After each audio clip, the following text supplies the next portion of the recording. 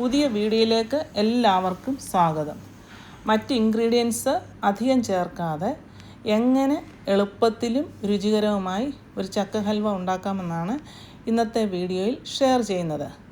അധികം ബുദ്ധിമുട്ടാതെ മറ്റ് ജോലികൾക്കൊപ്പം തന്നെ രുചികരമായി ഈ ചക്ക ഹൽവ ചക്കയുടെ തനത് രുചിയിൽ എങ്ങനെ ഉണ്ടാക്കാമെന്ന് നോക്കാം.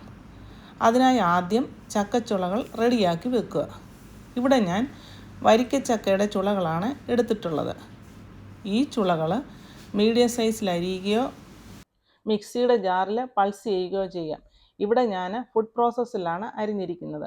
അരിഞ്ഞ ചക്കപ്പഴം കട്ടി കൂടിയ വലിയ പാത്രത്തിലേക്ക് മാറ്റി മീഡിയം ഫ്ലെയിമിൽ ഇടയ്ക്കിടയ്ക്ക് ഇളക്കി വേവിച്ചെടുക്കുക. ആ സമയത്ത് മധുരത്തിനായി ശർക്കരയുണ്ട ഗ്രേറ്റ് ചെയ്യുകയോ അല്ലെങ്കിൽ ശർക്കര കുറച്ച് വെള്ളത്തിൽ കലക്കി തിളപ്പിച്ച് അരിച്ചെടുക്കുകയോ ചെയ്യാം. ചക്ക ഈ സമയം ഇടയ്ക്കിടെ ഇളക്കിയാൽ മതി. ചക്ക വെന്ത് കഴിയുമ്പോൾ നമ്മൾ എടുത്തു വെച്ചിരിക്കുന്ന ശർക്കര ചേർത്തിളക്കുക. ഇവിടെ നല്ല ശർക്കര ആയതിനാൽ ഞാനത് ഡയറക്റ്റ് അങ്ങ് ചേർക്കുകയാണ്. ശർക്കര ചേർക്കുമ്പോൾ ചക്ക നന്നായി ലൂസാകും. ഇപ്പോഴും മീഡിയം ഫ്ലെയിമിലിട്ട് മറ്റ് ജോലികൾ ചെയ്യുന്നതിനോടൊപ്പം തന്നെ ഇടയ്ക്കിടെ ഇളക്കിയാൽ മതി. കുറച്ച് നേരം കഴിയുമ്പോൾ ചക്ക മിക്സ് ടൈറ്റ് ആകാനായിട്ട് തുടങ്ങും. ഈ സമയത്ത് കുറച്ച് ചക്ക വരട്ടിയത് ഇതിൽ നിന്ന് ഞാൻ മാറ്റി വെക്കുന്നുണ്ട്.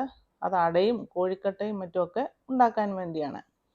ഇതുവരെ ഞാൻ നെയ്യോ മറ്റ് ഓയിലുകളോ ഒന്നും ഉപയോഗിച്ചിട്ടില്ല. ഇങ്ങനെ ചക്ക വരട്ടിയത് കുറച്ച് മാറ്റിയതിന് ശേഷം ബാക്കിയുള്ള ചക്ക വരട്ടിയത് ഒരു നോൺ സ്റ്റിക്ക് പാനിൽ ഇടുക. ഈ സമയം 1 സ്പൂണ് നെയ്യ് ഒഴിക്കുന്നുണ്ട്. ഇനി നന്നായി ഇളക്കുക. ഇനിയും നമ്മൾ തുടരെ ഇവിടെ ഇളക്കണം.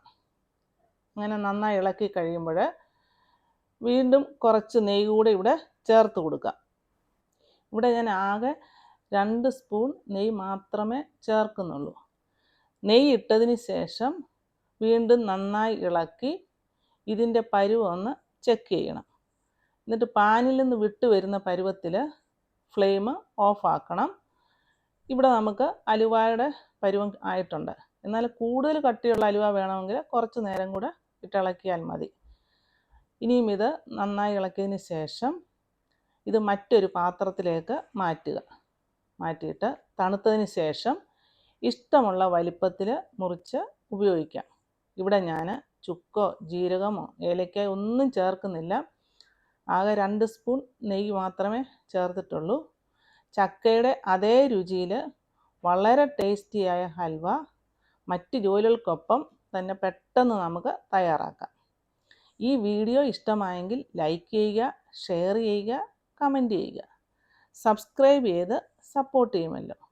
അടുത്ത ഒരു ഈസി റെസിപ്പിയുമായി കാണുന്നത് വരെ ഹാവ് എ നൈസ് ടൈം.